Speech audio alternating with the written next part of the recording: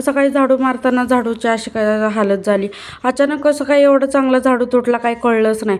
बरं असो, मग काय झाडू तर एक्स्ट्रा नव्हता, मग खाली बुवाकडनं आणला, केरसुनी दिली त्यांनी, मग त्यानंच झाडू मारला.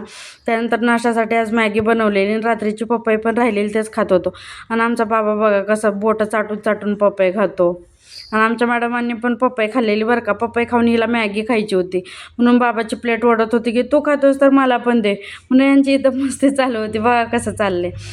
रोजच्या प्रमाणे हा कावळा पण आज आलेला खाऊ घेण्यासाठी. मग काय त्याला ज्यासाठी एक्स्ट्रा चपाती केलेली तीच दिली त्याला. मग तो घेऊन गेला.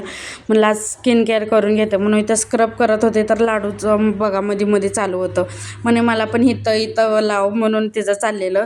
स्क्रब करून तोंड धुतलं, मास्क लावला. मास्क लावून मग थोडा वेळ बसले. तेवढ्यात सिया पण उठलेली, मग तिला झोपवलं. तिला झोपून फेस पॅक लावून मग ते पण तोंड धुवून घेतलं. आणि इथं मी स्किन केअर करत होते तर आमच्या मॅडमांचं बघा मध्ये मध्ये जे मला बघल ते तिची कॉपी चालू होती.